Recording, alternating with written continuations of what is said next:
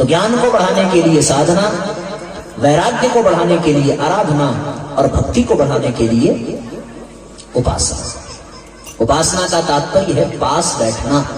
किसके पास बैठ? उप यानी पास में, आसन यानी बैठना। पास बैठना ही उपासन, उपासना कहलाता है। उपनिषद का भी यही मतलब है, उपवास का भी यही मतलब है। तो ये उपासना, उपवास, उपनिषद जितनी भी चीजें हैं, ये किसके लिए है? भगवान के निकट ले जाने के लिए। तो भगवान के निकट जाने का तात्पर्य तन से नहीं, भगवान के निकट जाने का तात्पर्य मन से है। हम तन से भगवान के पास जा ही नहीं सकते, क्योंकि वो तो स्थूल रूप में नहीं है। भगवान को यदि पाना है तो मन से ही आप पा सकते हैं। मन से ही भगवान की कृपा आपको मिलेगी। भगवान को आपके तन की, आपके पदार्थों की आवश्यकता नहीं है। मन से भगवान को पा लेना, ये उपासना है। मन के मंदिर में प्रभु को बसाना, बात हर एक के बस की नहीं है। मन के मंदिर में प्रभु को बसाना, बात हर एक के बस की नहीं है। मन के मंदिर में प्रभु को बसाना, बात हर एक के बस की नहीं है। मन के मंदिर में प्रभु को बसाना, बात हर एक के बस की नहीं है। खेलना पड़ता है जिंदगी से, खेलना पड़ता है जिंदगी से। भक्ति इतनी भी सस्ती नहीं है। खेलना पड़ता है जिंदगी से, भक्ति इतनी भी सस्ती नहीं है। Page number 75।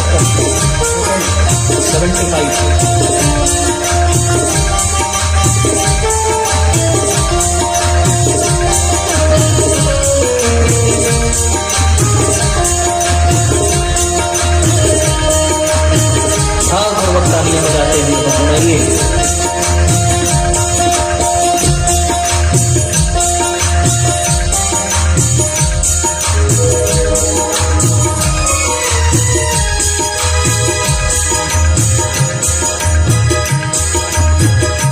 प्रेम मीरा ने मोहन पे डाला, उनको पीना पड़ा विष का प्याला।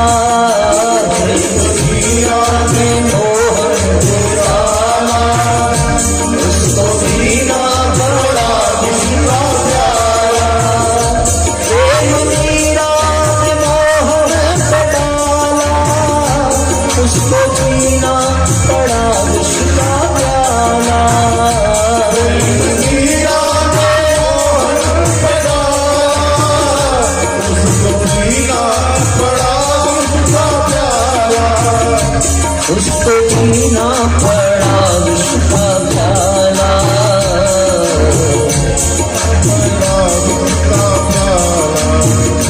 जब तक ममता है, जब तक ममता है इस जिंदगी से, जब तक ममता है इस जिंदगी से, भक्ति उसकी रहमत बरसती नहीं है। ममता है इस जिंदगी से, उसकी रहमत बरसती नहीं है। उनके मंदिर में प्रभु को बसाना, बात हर एक के बस की नहीं है।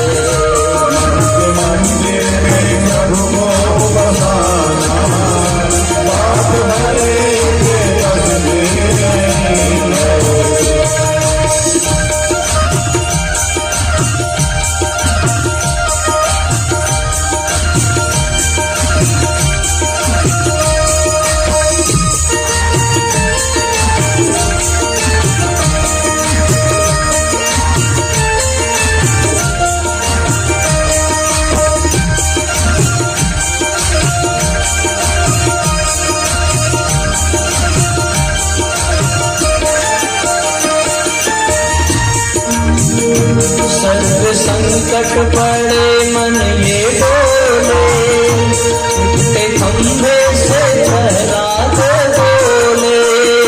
सर्व संकट पड़े मन ये डोले, टूटे खंभे से प्रहलाद बोले। सर्व संकट पड़े मन ये डोले, लिखते खंभे से प्रहलाद बोले। सर्व संकट पड़े मन ये डोले, लिखते खंभे से प्रहलाद बोले। लिखते खंभे से प्रहलाद बोले।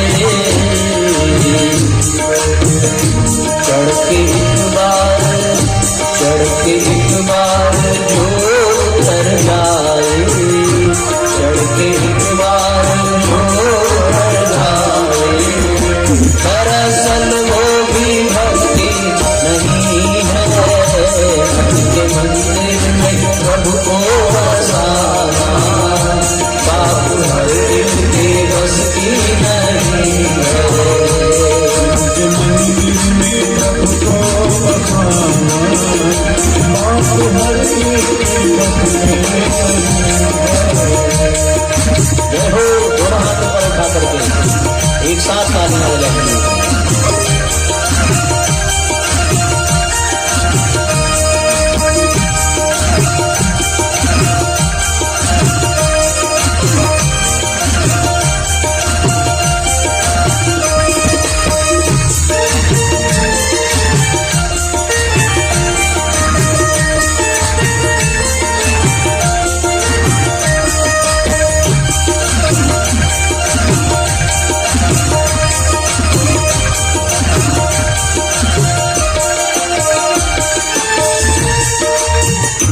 संत कहते हैं नागिन है माया, संत कहते हैं नागिन है माया।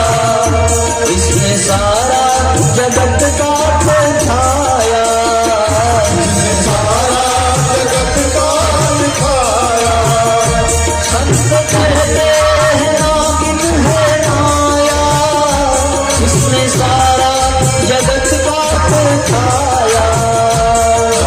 कहते हैं नागिन है माया, इसने सारा जगत का दिखाया। इसने सारा जगत का दिखाया। राम का नाम है जिसके मन में, राम का नाम है जिसके मन में। उसको नागिन ये बस्ती नहीं है। राम का नाम है जिसके मन में, उसको नागिन ये बस्ती नहीं है। मन के मंदिर में प्रभु को बसाना, बात हर एक के बस की नहीं है। मन के मंदिर में प्रभु को बसाना, बात हर एक के बस की नहीं है। बात हर एक के बस की नहीं है। बात हर एक के बस की नहीं है।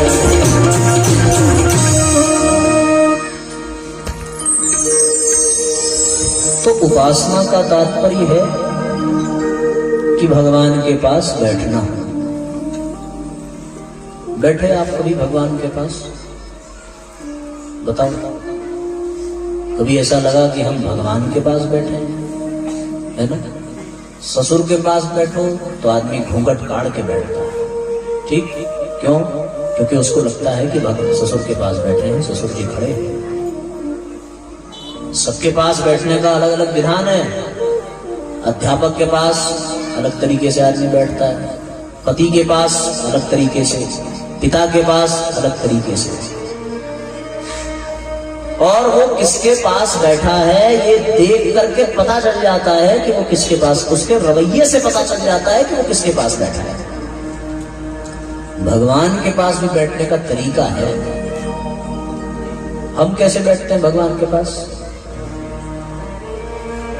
अगरबत्ती ले लिया, उसको जला लिया, धुआं निकलने लगा। अब लगा कि ब्रह्म का दर्शन हो गया। हम इसी को मान लेते हैं कि हम भगवान के पास बैठे, भले अगरबत्ती जलाते घुमाते समय मोबाइल से बतिया रहे हैं, पर हो गई पूजा, है ना। प्रसाद चढ़ाया, चढ़ाते समय तय कर लिया ये वाला प्रसाद उसको देना है। उसके घर से अच्छा वाला आया था, क्या हो गया भाई, ठीक है ना सब, ज्यादा तो नहीं हो रहा, पक्का। चल अभी हम लोग चल सकते हैं ना। हाँ, तो प्रसाद तो चढ़ाते हैं हम लोग, पर चढ़ाते समय ध्यान कहाँ रहता है, किसको कितना देना है। भगवान के पास हम नहीं बैठ पाते क्योंकि हम अपने मन से कहीं और होते हैं।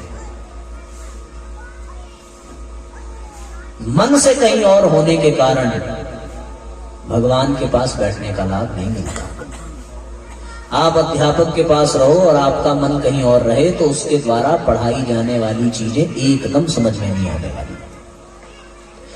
मन के कारण ही आपका अस्तित्व है। आप यहां हैं इसलिए हैं क्योंकि आपका मन यहां है। अगर आपका मन यहां ना हो तो यहां कहीं कहीं कोई बात आप सुन नहीं पाएंगे। कान भले आपका यहां हो, इसीलिए मैं कहता हूं कि अपना कान भले घर छोड़ करके आओ, पर मन यही होना चाहिए। आदमी सुनता तो कान से है, लेकिन कथा कान से नहीं, कथा मन से सुननी चाहिए। मन कहीं और होता है तो आदमी बोलता भैया जरा फिर से बोलना, मेरा ध्यान कहीं और था। आप ये हमसे बोल नहीं सकते कि महाराज फिर से जरा वो वाला सुना दो। तो इसलिए मन को यहां रखो, तभी लगेगा कि हाँ यहां है। और मन अगर कहीं और हो तो अर्थ का अनर्थ बन जाता है। तो भगवान की उपासना का तात्पर्य है कि भगवान के क्रियाकलाप में, भगवान में हमारा मन लग जाए। पूजा का यह मतलब नहीं है अगरबत्ती जला, अगरबत्ती का धुआं तो भगवान तक पहुंचता ही नहीं है। आपके दीपक की प्रकाश की भी आवश्यकता भगवान को नहीं है। जिसने सूर्य और चंद्रमा तक को प्रकाश प्रदान किया, वो आपके दीपक के प्रकाश की क्या आवश्यकता। जो सारी दुनिया का भरण पोषण कर रहा हो, उसे आपके द्वारा भोग लगाए पदार्थों की कोई आवश्यकता नहीं है। फिर ये परंपरा क्यों बनी? फिर ये इसलिए बनी कि जब आप भगवान को भोग लगाएंगे तो भगवान को भोग लगाने के कारण आपका मन भगवान में लगेगा। ठीक है, जैसे आप अपने पति के लिए भोजन बनाइए और उनका कोई पसंदीदा चीज बनाइए, या अपने बच्चों के लिए बनाइए, तो जितनी देर आप उसको बनाएंगे उतनी देर आपके मन में, आपके चिंतन में आपके पति और आपके बच्चे ही घूमते रहेंगे। इसको ये पसंद है, थोड़ा कम मिर्चा खाएगा इसलिए इतना ही मिर्चा डालती हूँ, इनको नमक थोड़ा ज्यादा चाहिए होता है तो चलो 1 चम्मच और डाल देती हूँ। बनाया आपने, किया आपने, पर आपका पूरा ध्यान कहां रहा? पति में, बच्चों में। ये सारे भोग, ये सारे पदार्थ, ये सारी पूजा पद्धति किस लिए बनी? ताकि हमारा मन भगवान में लग सके। और हुआ बिल्कुल उल्टा, सब लगा बस मन नहीं लगा। करना क्यों था? मन लगाने के लिए। और हुआ क्या?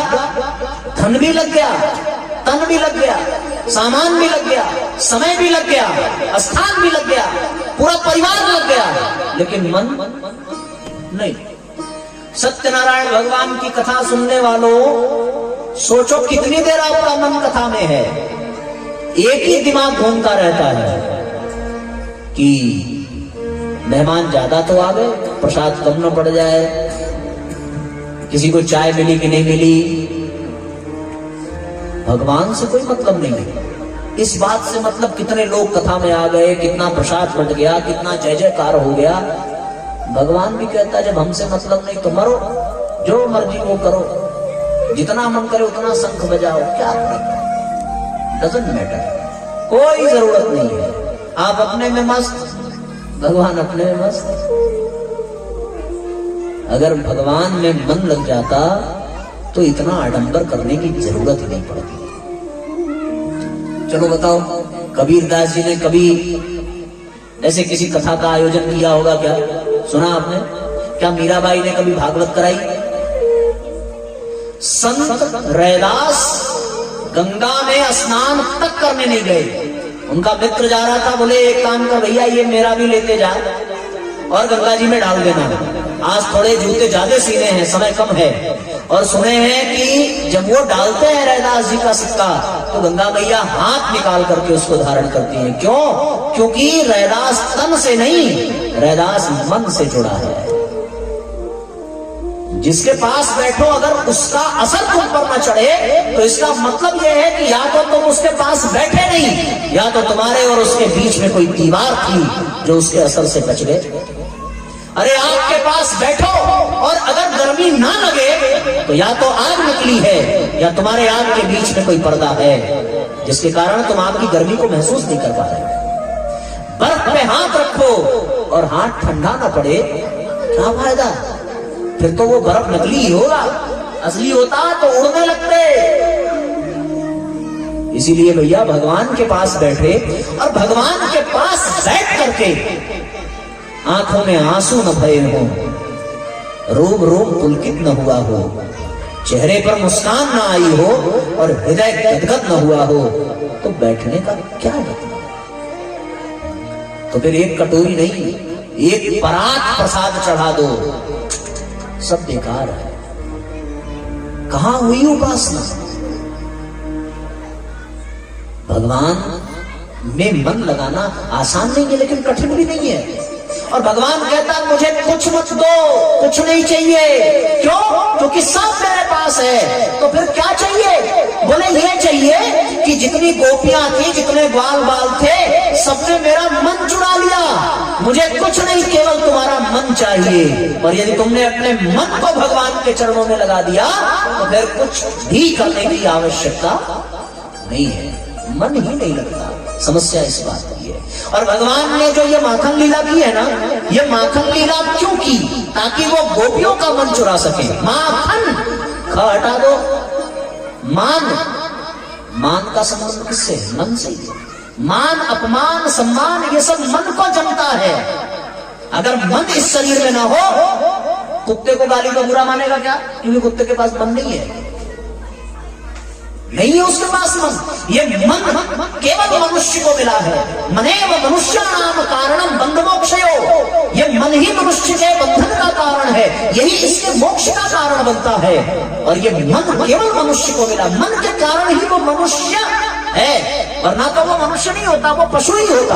कुत्ते के पास मन नहीं है, गधे के पास मन नहीं है, गाय के पास मन नहीं है, शेर के पास मन नहीं है। वरना तो गाय ये कहती कि दीदी आज मेरा भूसा खाने का मन नहीं कर रहा, आज मुझे दाल चावल चाहिए। सुना कभी? नहीं ना? किसी कुत्ते ने आकर के कहा कि मम्मी मम्मी आज मुझे कुर्ता पैजामा पहनना है। क्यों? क्योंकि उसके पास मन नहीं है। हम लोग कहते हैं ना आज ये वाला नहीं पहनेंगे, आज कुछ और, कुछ अलग करने का मन कर रहा है। हमारा मन है, मन के कारण आदमी ब्रेकफास्ट कहीं और करता है, डिनर कहीं और करता है, अलग अलग बर्तन में कर लेगा। पर जानवर अपने मन के न होने के कारण वो कुछ नहीं बता सकता कि मुझे आज ये नहीं करना, वो नहीं करना। जो जैसी स्थिति बनेगी वो करेगा।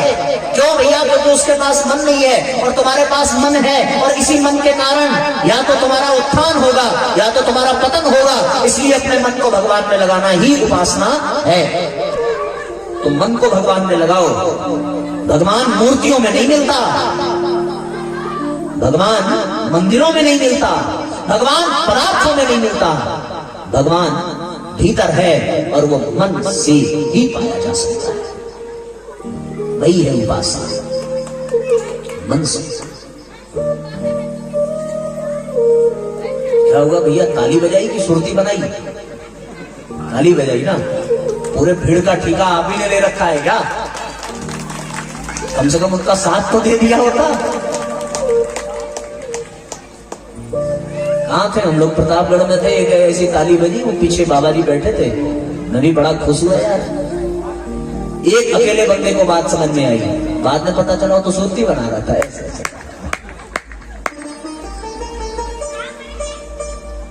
विषय ताली बजाने का नहीं है, विषय उत्साहवर्धन करने का नहीं है, क्योंकि यहां से किसी नाटक का प्रदर्शन नहीं चल रहा। आपको कोई निर्णय नहीं सुनाना कि वाह बहुत बढ़िया बोल दिया आपने, बहुत अच्छे वक्ता हैं, इसकी हमें कोई दरकार नहीं है। बस जो कहा जा रहा है उसे एक बार जरा विचार करके देखो, भगवान में मन को लगा लो। एक आदमी था, वो उसके दोस्त ने कहा कि भाई गणेश जी की पूजा किया करो, रिद्धियां सिद्धियां सब मिलेंगी। उसने प्रारंभ किया, 1 महीने किया, कुछ नहीं मिला। तो दूसरे दोस्त ने कहा कि अरे गणेश जी को छोड़ दे, लक्ष्मी जी को लेकर के आ, बहुत पैसा मिलेगा। अब गणेश जी को कहां ले जाए बेचारा, सरका दिया बगल में, लक्ष्मी जी को रखा, धूप बत्ती जलाई, पूजा प्रारंभ की। अब धुएं की तो कोई दिशा होती नहीं है, धुआं निकला और हवा के प्रभाव से लक्ष्मी जी की तरफ जाने की बजाय वो धुआं गया गणेश जी की तरफ। उसको बड़ी गुस्सा आई, उसने एक फूल उठाया, गणेश जी की नाक में ठूस दिया, कहने लगा 1 महीने की ना पूजा, अभी भी धुआं आप ही को चाहिए, ये लक्ष्मी जी के लिए है, आप नाक बंद करो। और जैसे ही ठूस दिया वैसे ही गणेश जी प्रकट हो गए। और गणेश जी ने कहा 1 महीने से मैं देख रहा हूं तुझे, तूने आज तक केवल मुझे मूर्ति ही समझा, आज तूने सच में समझा कि मैं यहां बैठा हूं, इसलिए तूने नाक में फूल लगाया और अब मैं तुझे प्राप्त हो गया। बता कैसे? आज उसके मन में आया कि गणेश जी को धुआं मिल रहा है, वरना तो हम घुमा के चले आते हैं, उनको मिला कि नहीं मिला, उन्होंने पाया कि नहीं पाया, क्या फर्क पड़ता है। दुनिया कर रही है, हम भी कर रहे हैं। रामकृष्ण परमहंस छोटे से थे तो मंदिर की मालकिन ने कहा कि भोग लगा देना। अब उनके मन में आया कि भोग लगा देना मतलब भगवान खाएंगे, काली जी खाएंगे। ले गए थाली, खिलाया, इतने भाव से खिलाया उनको खाना पड़ा, थाली खाली वापस आई। दूसरे पुजारियों ने शिकायत करी, ये मंदिर में ले जाता है, पूरा खा के खत्म कर देता है, कहता है काली जी खा गई। क्यों? क्योंकि उनका मन काली जी में लगा ही नहीं, उनका मन चढ़ाए हुए भोग में लगा, और ठाकुर का, रामकृष्ण का मन भोग में नहीं, काली जी में लगा, तो वो भोजन चट कर गई। और उसके बाद जब रानी ने, जिसका मंदिर था, वो छुप करके देखती है, क्या सचमुच ऐसा है? और सच में ऐसा हुआ कि ठाकुर ने भोग लगाया, आंख से आंसू गिरे, मैया तुझे अपनी हाथ से खिलाऊंगा। और जैसे निवाला उठाया, काली सच में प्रकट हुई, सच में भोजन ग्रहण किया। वो रानी चरणों में गिर गई ठाकुर के, कहने लगी आज तक ऐसा पुजारी नहीं देखा जिसने सच में भगवान को खिला दिया। ये कब हुआ? ये तब हुआ जब मन भगवान में लगा। हमारा मन नहीं लगता। और सारी कथाएं, सारे प्रसंग केवल इसलिए हैं कि तुम्हारा मन भगवान में लग जाए, केवल, बस भगवान में लग जाए। और भगवान में सब लग जाता है, बस मन ही नहीं लगता। एक सेठ जी बहुत पैसे वाले किसी संत के पास पहुंचे, जाकर के कहने लगे कि बाबा मेरे पास पैसा तो बहुत है, मैं बहुत बड़ा सेठ हूं, लेकिन मैं बहुत बड़ा कंजूस हूं, मुझे ना कुछ भी खर्च करने में बड़ा मोह लगता है, कोई ऐसी पूजा बताओ कि मेरा कोई कुछ लगे ना और मैं कर जाऊं। संत मुस्कुराए, कहने लगे कि हाँ एक विधि है, वो ये है कि तुम भगवान की मानसिक पूजा किया करो। कौन सी पूजा? मानसिक पूजा। बोले ये क्या है? बोले ये है कि जो कुछ भी तुमको पूजा में करना है, तुम चुपचाप एक स्थान पर बैठ जाओ, नेत्र बंद करो और नेत्र बंद करके मन से भगवान को जो चढ़ाना है चढ़ाओ। सच में चढ़ाने की जरूरत नहीं है, क्योंकि सच में चढ़ाओगे तो कंजूसी आ जाएगी, तो मन से चढ़ाओ। अब वो बढ़िया ध्यान लगा लेता, बैठ जाता। लेकिन जैसे आप लोग बैठे हो ना, ऐसे नहीं बैठता, वो एकदम कमर सीधी करके बैठता। आप लोग ऐसे बुद्धों की तरह लटक करके बैठे हो। अरे जवान हो ना, थोड़ा टाइट होकर के बैठो, करो अपनी कमर एकदम सीधी करो, मेरुदंड को सीधा करके और दोनों हाथ बढ़िया ऐसे ध्यान मुद्रा में बैठो, लगे कि कथा पंडाल में बैठे हो। और क्या पिकनिक में एकदम स्ट्रेट ऐसे बैठना चाहिए। कमर झुक जाएगी, अभी झुक करके बैठोगे भैया, और झुक करके बैठने से बुद्धि भी कमजोर होती है। हम लोगों को बचपन में मम्मी सिखाती थी, झुक करके मत याद करो, झुक करके मत लिखो, कमर सीधी करके बैठो। तो ऐसे वो बैठ जाता था, तुम भी बैठ गए, लो भाई हम भी बैठ गए। वहां तो माई की छोटा पड़ जाता है। हाँ, दोनों हाथ अपनी गोद में रखो, उस सेठ की तरह तुम भी आंखें बंद करो। चलो मैं नहीं बंद करूंगा, मैं देख रहा हूं किसने किसने बंद किया। हाँ, पिछली बार बंद करवाया था ना, ये बिटिया ने बंद नहीं किया था। ये जिन लोगों ने बंद किया था उसको देख करके मुस्कुरा रही थी। मैंने धीरे से आंख खोली तो देखा कि इसकी आंखें खुली हुई हैं। अब की बार सब बंद करो, कोई चीटिंग नहीं, कोई बेईमानी नहीं, सबकी आंखें बंद होनी चाहिए। नेत्र बंद कर लो, और बंद कर। हाँ, अभी भी खोल के बैठी नालायक। सेठ की तरीके से आंखें बंद करो। चलो अब भगवान की मानसिक पूजा प्रारंभ करो। देखो आपके भगवान आपके सामने हैं। तो हम यहां से मंत्र बोल रहे हैं, आप सब दोहराना एक बार, ध्यान रहे।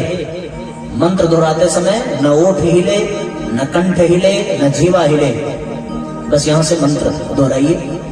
आवाज नहीं निकलनी चाहिए, एकदम सीधे तन करके बैठिए।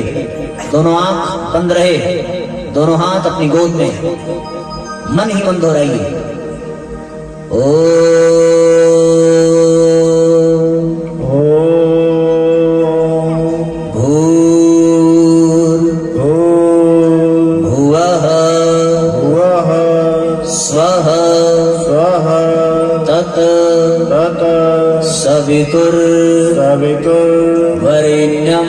वरेण्यं भर्गो देवस्य धीमहि धियो यो नः प्रचोदयात्।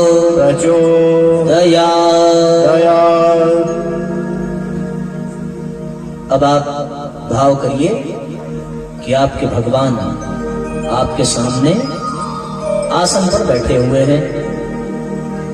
जो कृष्ण को मानते हो कृष्ण की पूजा करेंगे, कृष्ण का ध्यान करिए। जो राम को मानते हो राम जी का, जो हनुमान जी को मानते हो हनुमान जी का। सब अपने अपने गोविंद की, अपने अपने गुरु की, अपने अपने भगवान का ध्यान करें। और एक ही ध्यान कि आपका भगवान ठीक आपके सामने बैठा है। अब आप मन से ही लोटे का जल उठाइए और अपने भगवान के चरणों को भावपूर्वक दोनों हाथों से धूलिए, जैसे शबरी ने भगवान के चरणों को धोया था। हे प्रभु, आपके चरणों को पखार रही हूं, आपके चरणों को पखार रहा हूं। अब भगवान के चरणों को धुलने के पश्चात जो जल है, उस जल को अमृत समझ करके, उस चरण को पखार करके उसको अपने मुंह में पी लीजिए। ये भगवान का चरणामृत है। अब कोई एक छोटा सा कपड़ा ले लीजिए और मन से ही भगवान के पैर को अपनी गोद में रखिए। जैसे केवट ने भगवान के चरण पोंछे थे अपने कपड़े से, अब भगवान के चरणों को खूब भाव से पोंछिए।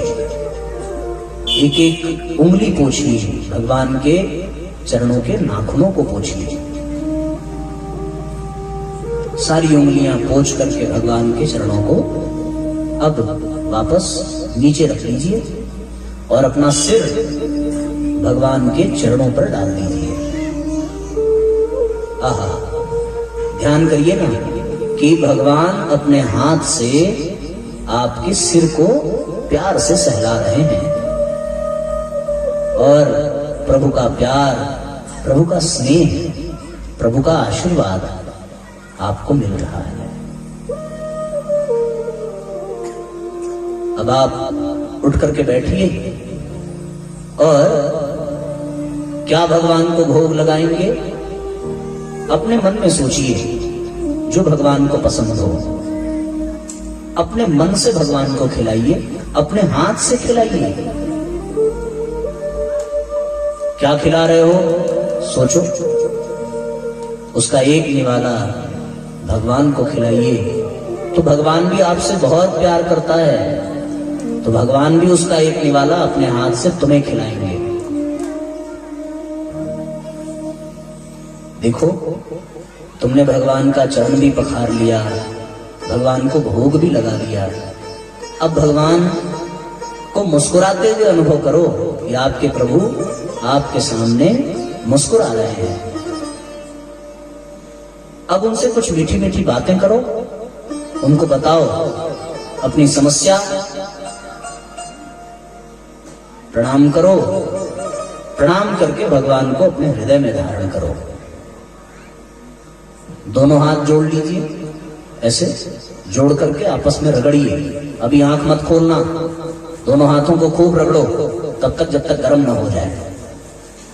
और अब धीरे धीरे अपनी आंखों को सहलाइए, और अब धीरे धीरे अपने आंखों को खोलिए और सहज मुद्रा में आ जाइए। अब बताइए कैसा लगा? अच्छा लगा? मजा आया? दिखे भगवान? मैं एक बात पूछूं, किसने क्या खिलाया होगा भगवान को? कोई बताए क्या खिलाया? हाँ, लड्डू। देखो, अब तुम्हें खर्चा भी नहीं करना है, तुम कुछ भी खिला सकते हो। कोई खीर खिलाया होगा, कोई लड्डू खिलाया होगा, कोई कुछ खिलाया। अच्छा लगा? बोलो भाई, किसको किसको अच्छा लगा? अरे वाह, क्या बात है, मजा आया। बहुत। ये वाली पूजा करो तो मन भगवान में लगेगा। लगा ना? अब क्या था? अब तुम्हारे हाथ भगवान में नहीं लगे, तुम्हारा पैसा भगवान में नहीं लगा, तुम्हारा तन भगवान में नहीं लगा, पर ये वाली पूजा जो अभी कराई मैंने ना, इससे आपका मन भगवान में लगा। कहाँ लगा? भगवान के चरणों में लगा, भगवान के चेहरे पर आपका मन गया। भगवान को आपने कुछ अपनी हाथ से आज पहली बार कुछ खिलाया होगा, और कैसा लगा होगा जब भगवान ने भी तुम्हें खिलाया होगा। वो वाला दृश्य कैसा था जब भगवान आपके सर को सहला रहे थे? अच्छा लगा ना? सोचो कितना आसान है, पर हम लोग कहां कहां फंस जाते हैं। 56 भोग में, तो इसमें तो उसमें, इससे भगवान को नहीं मतलब है। ये कोई उपासना ही नहीं है। उपासना तो ये है जो अभी कराई। अब आप अपने मन की सारी बात भगवान से अपने सामने बिठा करके कह दो, और उनको सुनना पड़ेगा। मीराबाई ने, तुलसीदास ने, कबीरदास ने, बड़े बड़े भक्तों ने ये वाली पूजा की है, तो वो भगवान को पाए। और मैं आपसे कहता हूं, 2-4 दिन आप ऐसा करोगे ना, 5वें दिन आप करोगे नहीं, आपसे होने लगेगा। अनुभव की बात कह रहा हूं। फिर आपको एक बेचैनी होगी, अरे भगवान के पास बैठने का समय हो गया, मैं अभी तक सोया हूं, मैं अभी तक बिस्तर में हूं, मैं अभी तक मोबाइल से चिपका हुआ हूं। अरे अरे हटाओ हटाओ हटाओ, इसको जल्दी करो, समय हो गया, जल्दी से नहाओगे, जल्दी से तैयार हो जाओगे बढ़िया चंदन लगा करके, और फिर बैठो, कहीं भी बैठो, बस एकांत शांत, नेत्र बंद करो, कार्यक्रम प्रारंभ करो। तुम कितनी देर बैठोगे? फिर कोई ये शिकायत नहीं करेगा कि भैया पूजा में तो मन नहीं लगता, जप में मन नहीं लगता। अब करोगे शिकायत, कोई नहीं करेगा। फिर आप कह ही नहीं सकते कि जप में मन नहीं लगता। इसलिए मन नहीं लगता क्योंकि जप आपका मन नहीं करता, जप आपके हाथ करते हैं, आपकी उंगलियां करती हैं, आपकी जीभ करती है, आपका मुंह करता। जीवा तो मुख में फिरे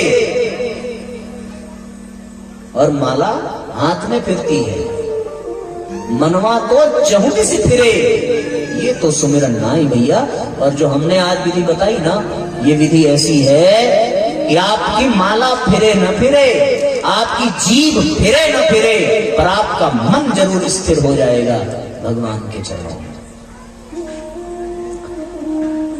ये उपासना है। ऐसी वाली उपासना करो तो देखो कैसे भक्ति जागृत नहीं होगी ना। अच्छा लगा? सच बताना, हमारा मन रखने के लिए मत बताना। चलो हम किसी को नहीं बताएंगे, तुम इशारा ही कर दो जिसको नहीं अच्छा लगा हो तो। लगा ना? आप सबने जब आंखें खोली होंगी तो कितना सुकून लग रहा होगा। क्यों बेटा, लगा अच्छा? पक्की बात, ऐसा करोगे? करना, जब समय मिले तब कर लो।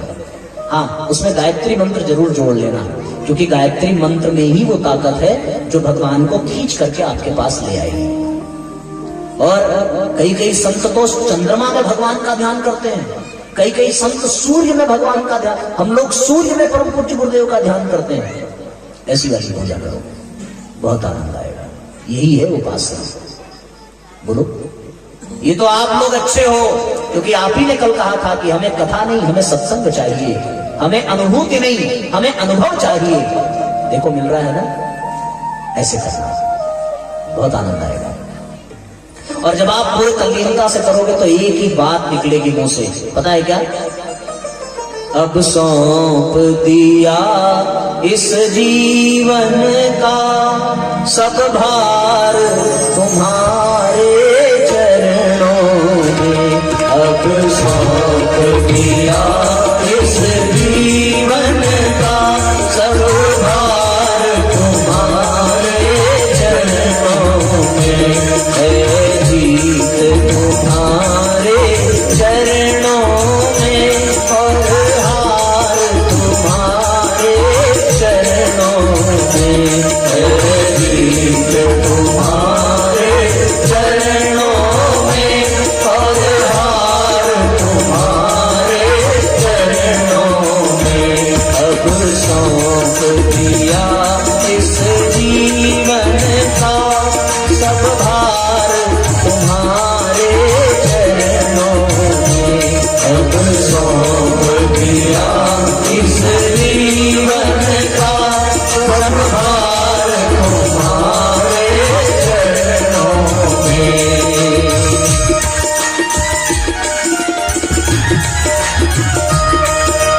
जय हो।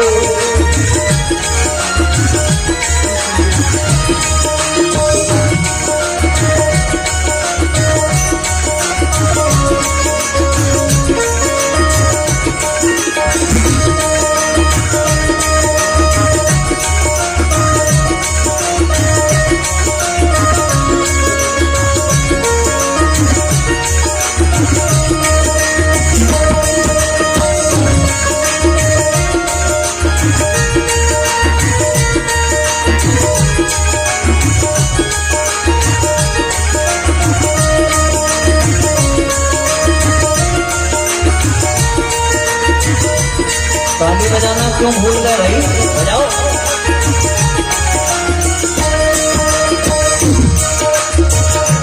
मेरा निश्चय बस एक यही, मेरा निश्चय बस एक यही।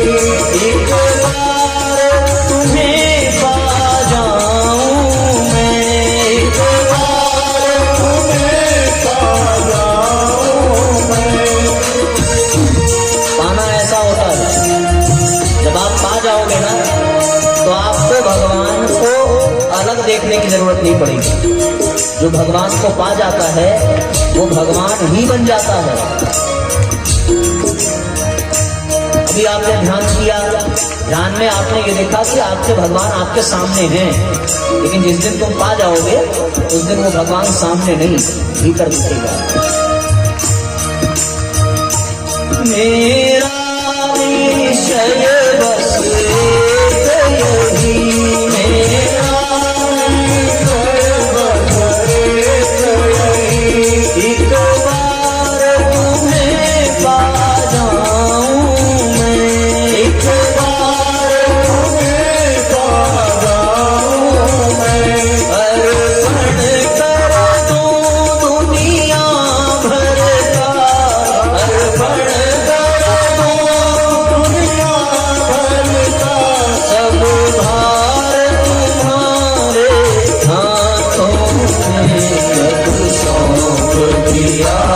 इस जीवन का सब भार तुम्हारे हाथों में। अब